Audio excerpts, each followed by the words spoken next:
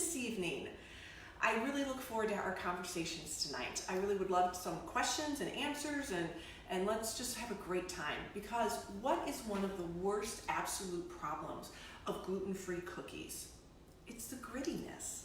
How many times have you and I put a cookie in our mouth that is hard as a rock and then dissolves into what we think might be sand? It's the worst texture in the entire world. How are we going to make this better? We have 2 secret ingredients that are going to make these double chocolate chip cookies be soft, not gritty at all, and make you think that they are not gluten-free. All right, so the other bonus of these is that double chocolate chip cookie dough is versatile.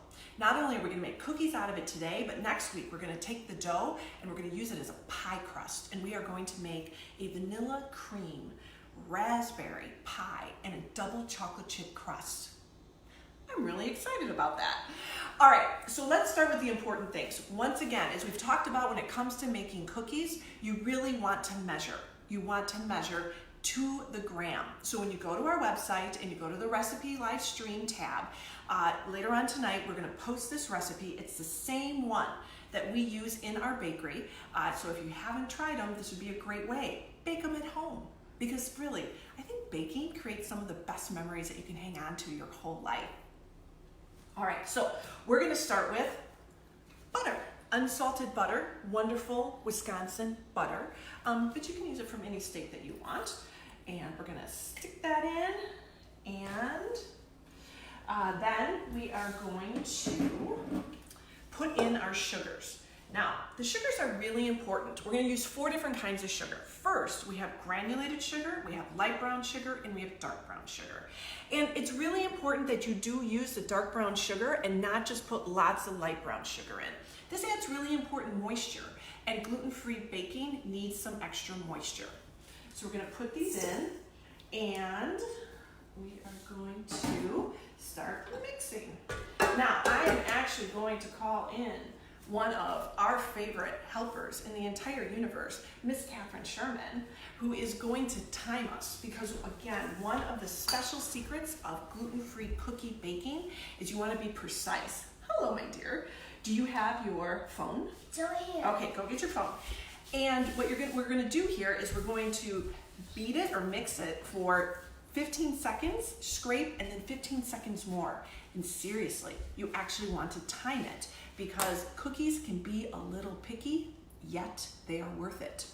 All right, my dear, are you ready? Yep. You're gonna press for 15? Okay, ready, set, go. All right, so we put it on the number 2 speed so we can get some mixture.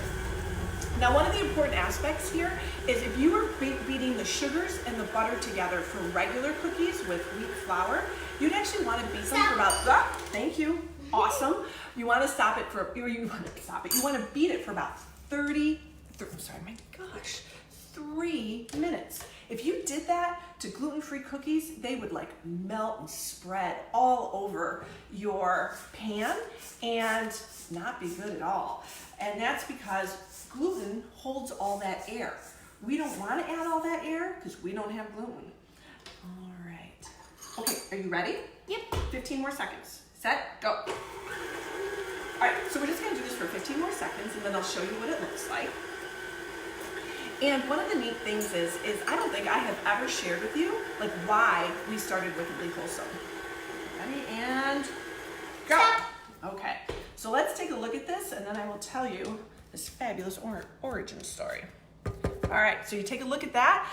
Very nicely mixed, but not over mixed. So you want those ingredients just to be blended. All right, so now we're gonna add, just like we normally would, 2 eggs.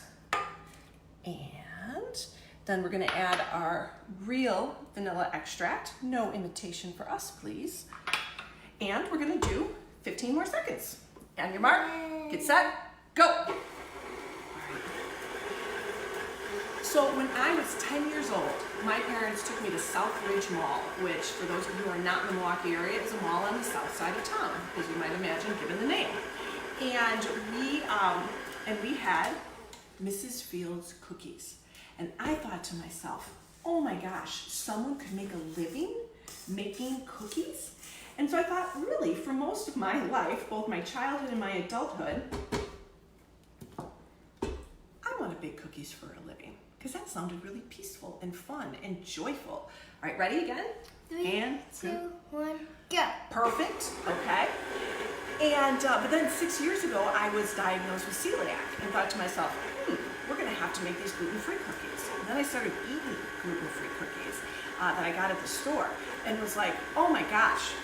Okay, you have to yell at me. Okay, stop. Sorry. All right, you gotta be the important timer here. Yeah. Thank you. All right, so let's take a look at this dough. All right, right now it's still in this very creamy stage.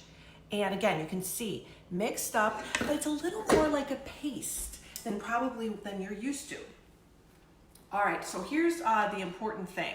Well, here's something really important too. We never put the honey in. You need honey to keep it moist. Let's throw it in now. As long as we put it in before the flour goes in, yep, you're absolutely right. We're still safe. And that happens as we're busy having fun. And then I get to lick, which is really good. All right, so we're gonna put this on again. We just need 15 seconds, all right? Easy. Yeah. So when I started tasting these like gluten-free cookies that were out there, I thought, oh my gosh, we really have to put a better product out there. All right, and stop. Thank you. All right, so we're back to normal now. All right, so here is one of the super secret, fabulous ingredients that makes cookies not be gritty. All right, and that is this little friend right here. This is called almond flour. And you want super fine almond flour. And there's 2 different kinds you can usually find. One's with the skins. You do not want that. Those skins will redefine gritty for you. Or what you want is the kind that doesn't, blanched is usually what they call that. And you want that, okay? And you may recall from past episodes, we have talked about grains do not want to party alone. It's the same thing with grain flours. No. So what we have is 3 different flours: brown rice flour, white rice flour with the almond flour. If you took out the almond flour, you would taste the grit. So you really have to have that balance between the 3 of them. So we're gonna put, Catherine, actually, would you put our salt and baking soda in there? And then you'll stir it up, if you would please. Of course, we want that to be evenly distributed. While you do that, I'm going to explain the other super fabulous ingredient.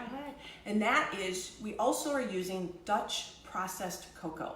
So take a look here at the different kinds of cocoa that we have out there. This lighter kind, this is just your basic like Hershey's cocoa. It's what they call American process. And what we want to use is Dutch process. And what's so nice about like the boxes is they're really clear it's Dutch, okay, with that fabulous outfit on. And you can see the big difference in color. Now, the darker color is a little bit of a richer flavor, but that's not why we're using it. We're using it because it's lower in acid. And when we use the lower acid cocoa, it doesn't interfere with what the almond flour does with the other rice flours. If you used your regular Hershey's cocoa, I'll tell you right now, Hershey's cocoa I love for many things, but not for these cookies.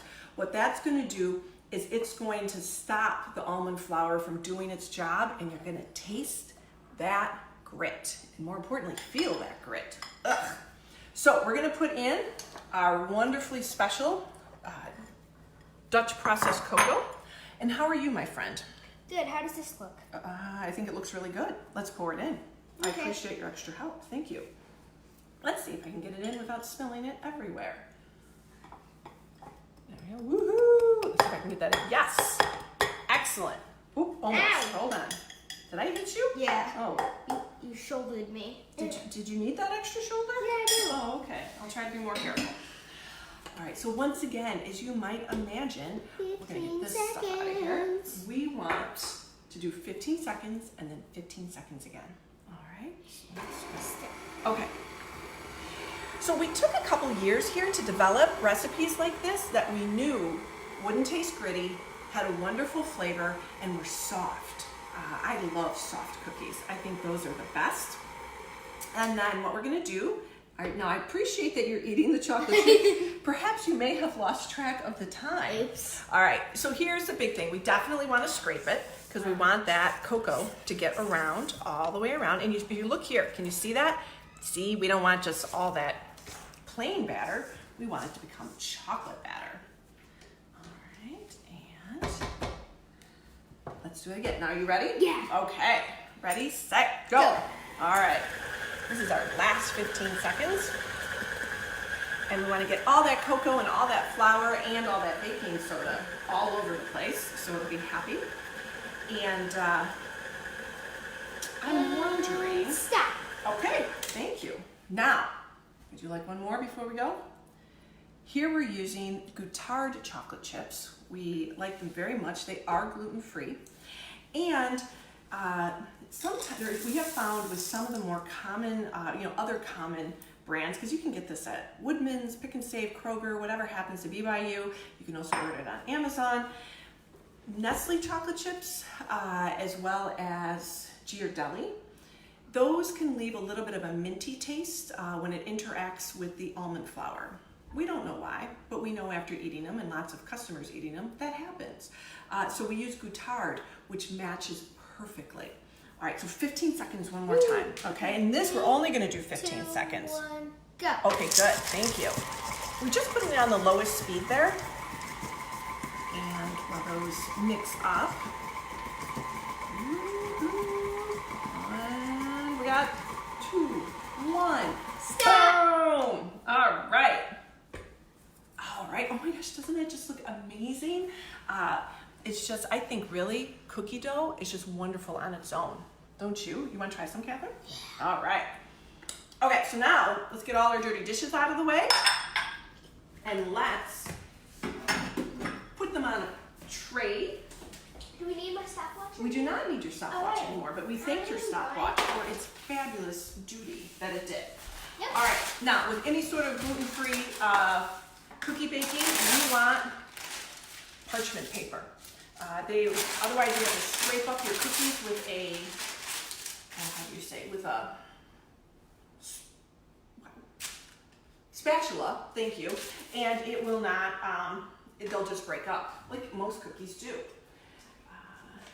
Now, I have to say, Andrew, we're having a little technical difficulty over there in terms of seeing any comments. Has anyone said hello that we should say hello back to?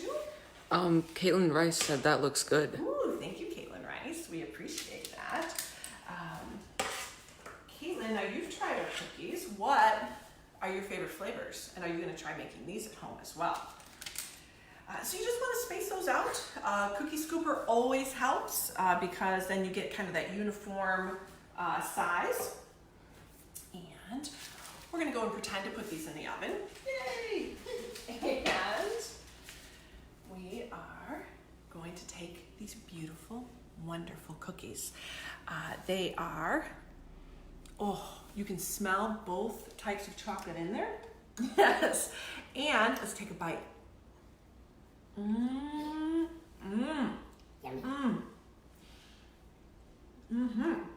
How would you describe them? Awesome. I would agree. So chocolatey. You have almost a little brownie-like. You have and no grit. You have the wonderful cookie dough, but then the best part are like all the chocolate chips that just explode extra chocolate into your mouth. It really is chocolate heaven. Wow, we are so glad that you joined us today. If you are on Facebook, would you please like and follow us? We also would love for you to be a cookie tester. And if you look over on the left-hand column, you will see that you can sign up to be a cookie tester. And we are in the process of developing a peanut butter cookie, peanut butter chocolate chip cookie, as well as a lemon cookie. And we would love to send them out to you in the next couple months for you to test and let us know, do they meet the standards? Are they good enough? And if not, how do we make them even better? And then the other aspect is if you are watching this on YouTube, would you please subscribe and hit that little notification bell? Because if we can do 1,000, if we can get 1,000 subscribers on YouTube, we can actually start streaming on YouTube as well. And that would be super exciting. And so we would love for you to be part of that community. As always, if you have any questions, and if your cookies do not turn out the way you want, take a picture of them and email it to me at maureen@wickedlywholesome.com and give me your phone number and I will call you and we will discuss how to make your cookies, however they might have turned out, into something this wonderful. It's really nice to hang out with you. Now remember, in this upcoming week, be you. Oh my, you've done well on that. Be you and never, ever compromise on that. All right, take care.